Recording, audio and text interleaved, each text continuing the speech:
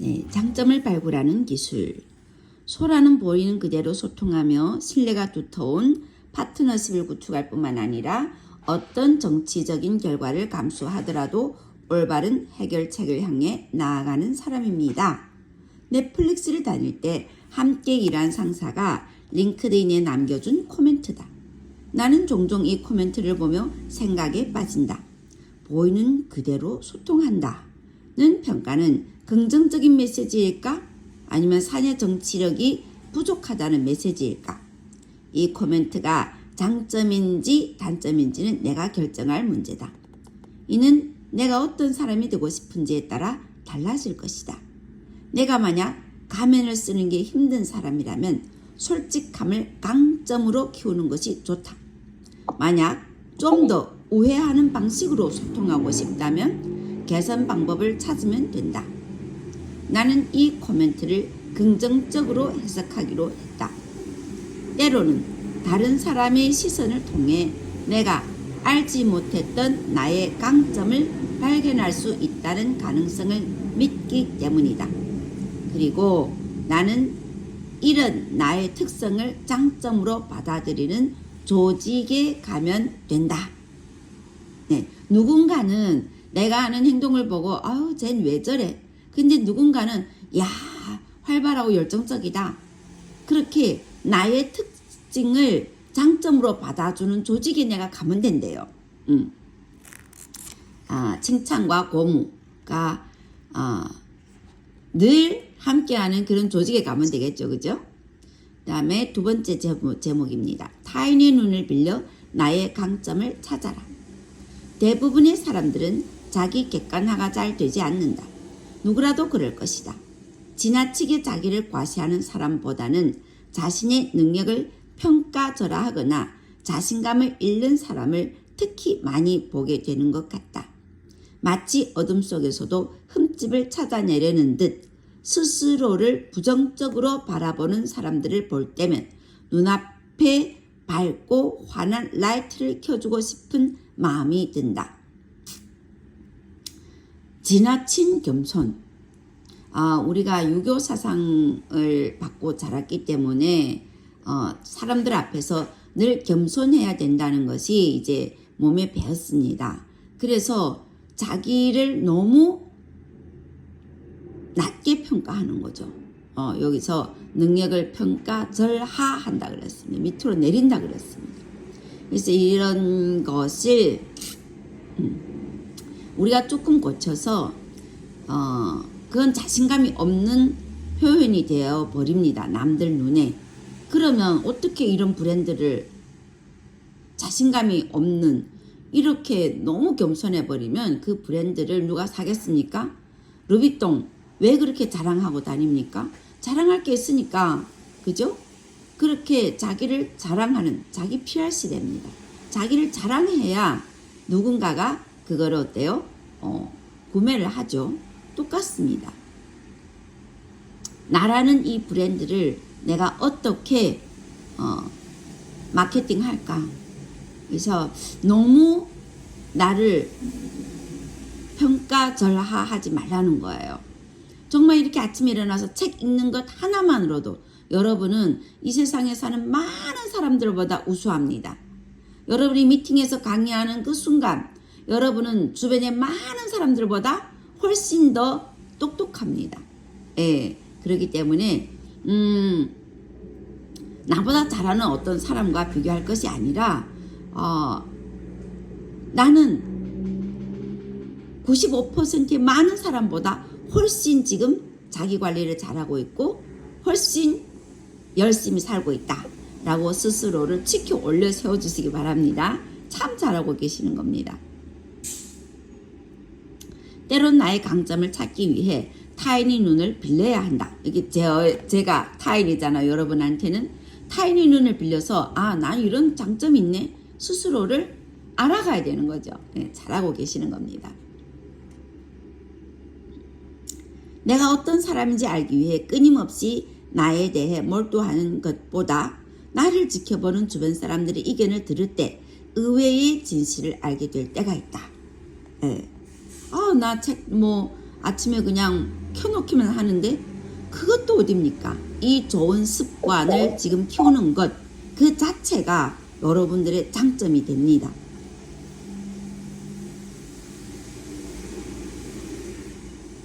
그런 의미에서 회사의 성과 평가는 당신이 귀담아 듣고 직시해야 할 중요한 거울이라고 할 수 있다.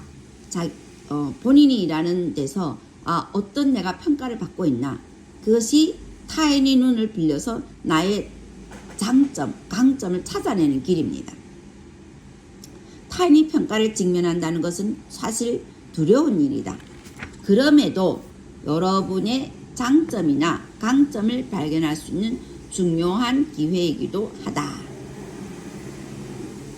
우리는 미팅 때마다 여러분이 강점과 장점을 살려주죠. 그죠?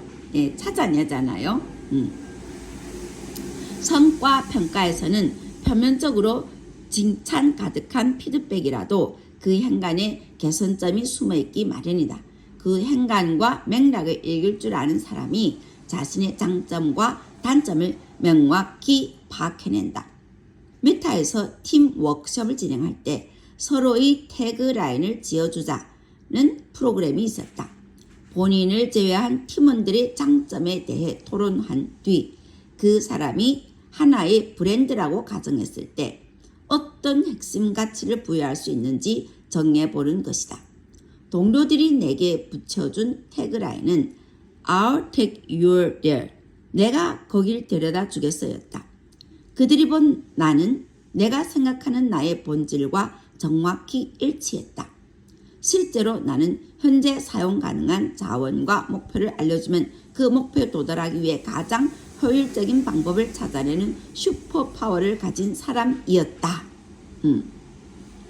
여러분 챗GPT를 활용하시면 이제 챗GPT도 여러분을 평가합니다. 지난번에 제가 1박 2일을 할 때 챗GPT가 저에 대한 평가를 보면서 제가 타인의 눈에 내가 이렇게 비춰지는구나 굉장히 만족했습니다.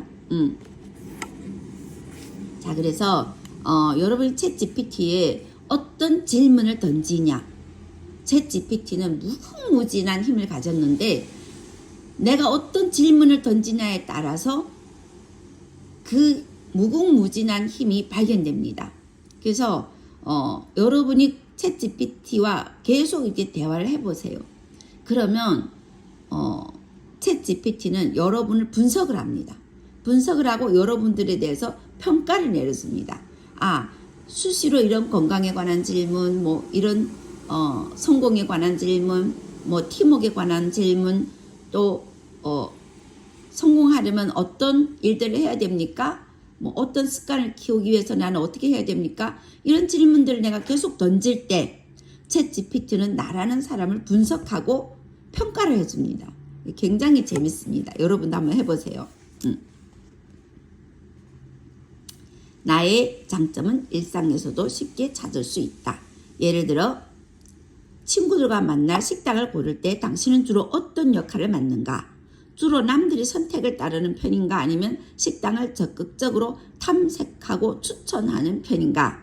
만약 후자라면, 그리고 그 추천이 자주 성공해서 친구들로부터 내가 추천하는 식당이라면 틀림없이 맛집이야 라는 말을 자주 듣는다면 당신은 정보를 수집하고 잘 판단하는 강점을 가진 것이다. 자, 그거 맛집 하나 소개하는 게 그게 강점이야? 라고 생각할 수 있죠, 우리가. 그러나 그것은 뭐다? 정보를 정확하게 검색하는 능력이라는 거예요.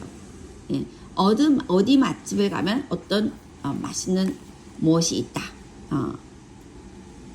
정보를 검색하는 능력. 저도 1박 2일을 몇 년 하다 보니까 에어비앤비를 통해서 우리가 숙박할 집, 또 그 주변 환경 이런 거를 찾는 능력이 생겼습니다. 그래서 굉장히 이제 그런 것에 굉장히 이제 뿌듯합니다. 예, 재밌습니다. 이것이 뭐냐? 정보를 정확하게 검색하는 능력이라는 거예요. 무조건 다른 사람한테 묻지 말고 스스로 자꾸 찾는 노력을 해보세요. 그러면 거기서 여러분이 굉장히 이제 성취감도 있습니다. 네. 그 다음에 면접이라는 공짜 레슨. 장점을 발견하는 또 다른 방법 중 하나는 면접이다. 나는 항상 면접을 선녀님 마이크 꺼주시겠습니까? 장점을 발견하는 또 다른 방법 중 하나는 면접이다. 나는 항상 면접은 공짜 커리어 레슨이나 마찬가지라고 주장한다. 면접에서 주로 맞닥뜨리는 질문을 떠올려 보자.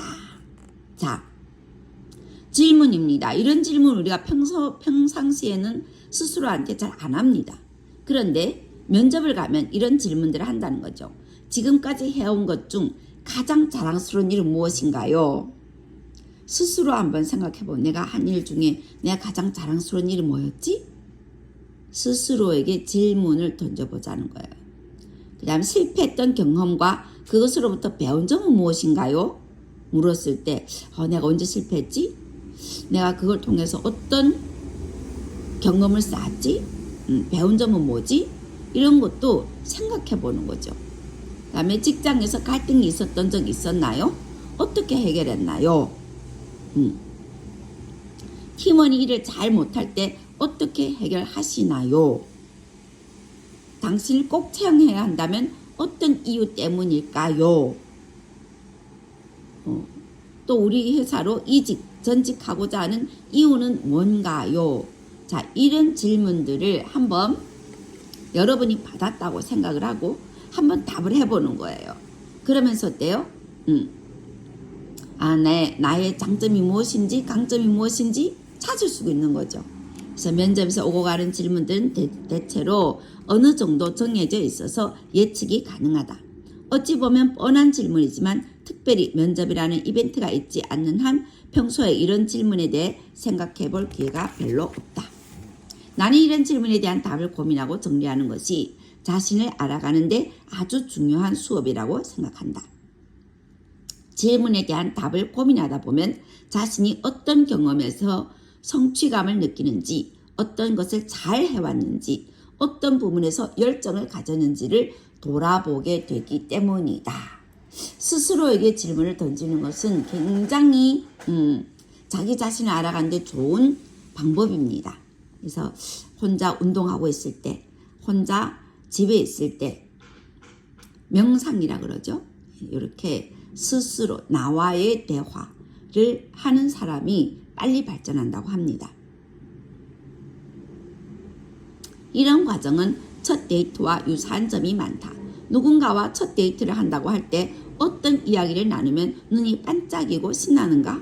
나의 취미, 커리어, 그리고 상대가 어떤 이야기를 할 때 내 귀가 쫑긋 세워지는가?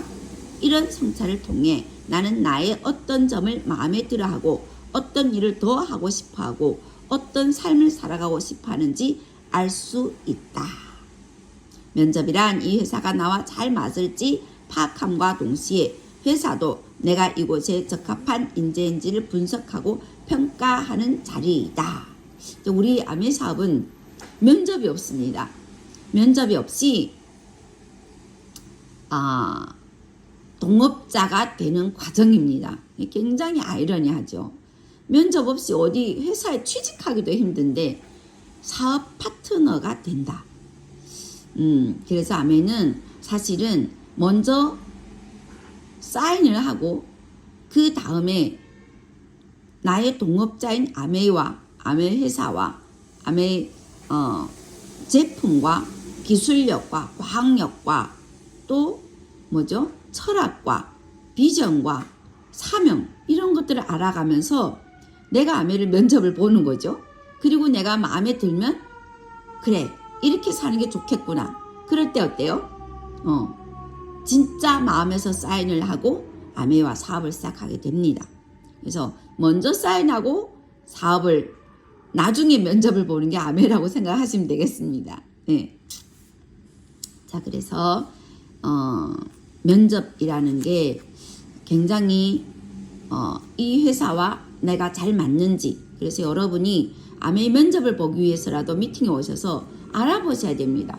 과연 이 아메라는 회사에서 만든 물건을 내가 마음 놓고 시름 놓고 먹어도 되나? 써도 되나? 이 회사가 도덕적으로 문제가 있나 없나? 그런 것들을 우리가 제대로 알아봤을 때 아멘 회사에 대한 면접이 끝났습니다. 그럼 어때요? 내가 신뢰하고 먹고 바르고 쓰고 사람들한테 알려도 되겠구나 라는 확신이 섰을 때 사업이 되는 거예요. 그렇죠? 그래서 면접을 보셔야 됩니다. 여러분도 아셨죠?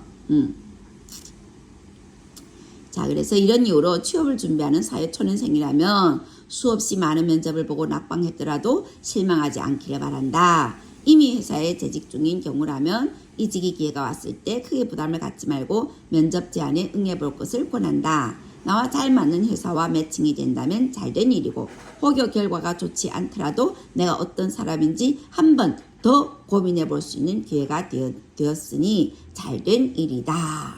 그래서 나에게 어떤 면접이 기회가 왔을 때 마다하지 말라는 거예요. 예, 한 번 가서 면접을 봐보는 거죠.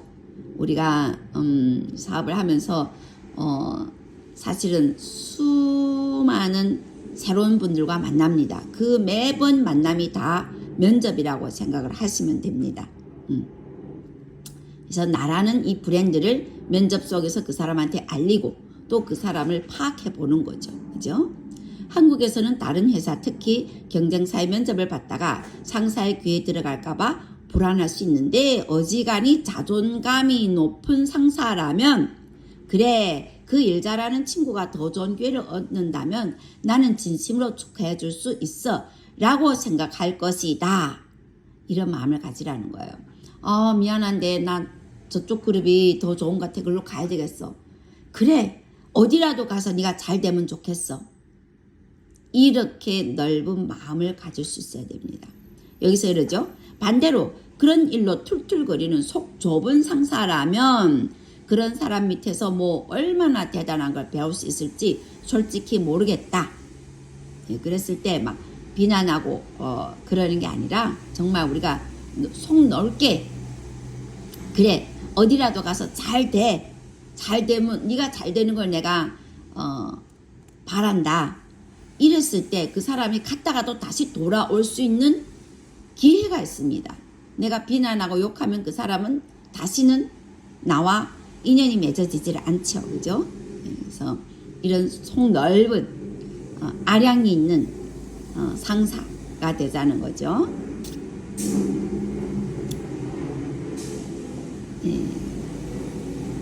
자신이 강점을 발견하는 것은 시작에 불과하다.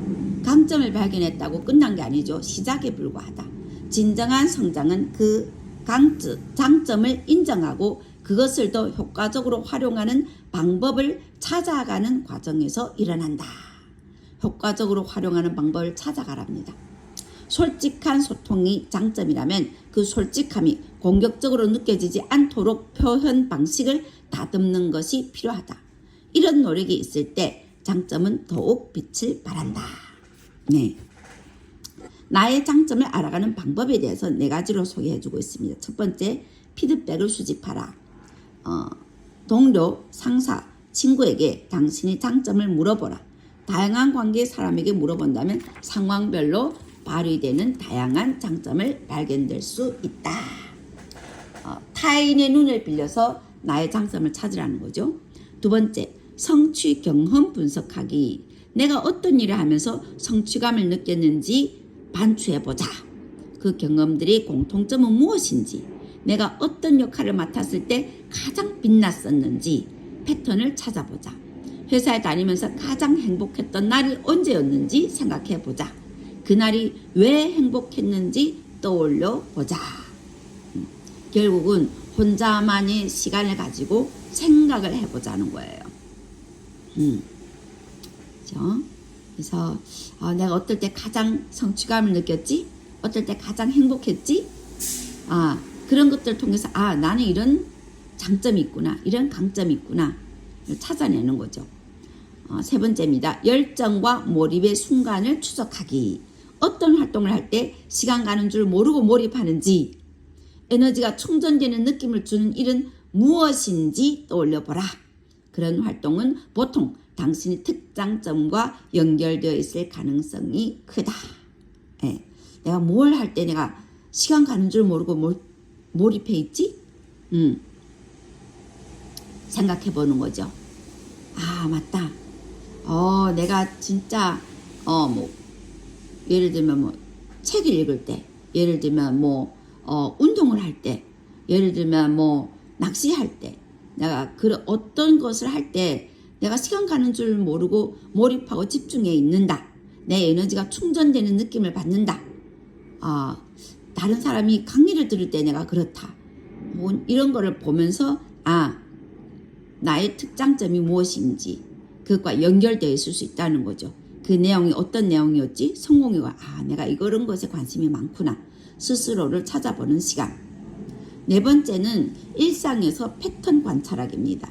친구들과의 만남이나 모임에서 내가 어떤 역할을 주로 하는지, 아까처럼 음식점 몰라 네가 가자는데 갈게 하는지, 아니면 내가 검색했는데 이런 맛집이 있어 라고 하는 스타일인지, 이런 데서 스스로를 관찰하는 거죠. 나도 몰랐던 내 행동의 패턴이 장점에서 기인됐거나 그것이 장점으로 정착되어 있을지도 모른다. 그래서 나의 장점은 무엇인지 오늘 한번 우리 찾아봅시다. 스스로. 그래서 제가 지금 아침 말씀드렸지만 이제 늦게 들어오신 분들을 위해서 다시 한번 말씀드립니다. 여러분이 이 시간에 일어나서 책을 읽는 이 팀북 미팅에 들어오신 것, 이것이 여러분이 어마어마하게 큰 강점이고 장점이 됩니다. 네, 배우려는, 성장하려는 그 자세. 아무나 못해요, 이거를. 그죠? 여러분들이 매일 운동을 견지하는 그것이 어마어마한 장점입니다. 매일 운동할 수, 어쩌다 한두 번씩 할 수 있습니다. 한 달은 열심히 할 수 있습니다. 그러나 우리처럼 몇 년을 이렇게 꾸준히 계속 견지할 수 있는 사람들은 많지 않습니다. 이 세상에 5%밖에 안 됩니다. 5%의 성공자들만 할 수 있는 일을 여러분이 하고 있기 때문에 여러분이 어마어마하게 큰 장점입니다. 이것이. 그 외에 여러분들의 장점을 스스로 오늘 찾아서 써보세요, 한번. 그리고 자존감을 높이세요. 나는 정말 대단한 사람이다. 나는 정말 멋진 사람이다. 나는 반드시 성공할 것이다. 라는 긍정 확언을 하는 오늘이 됐으면 좋겠습니다. 사진 찍고 마무리하도록 하겠습니다.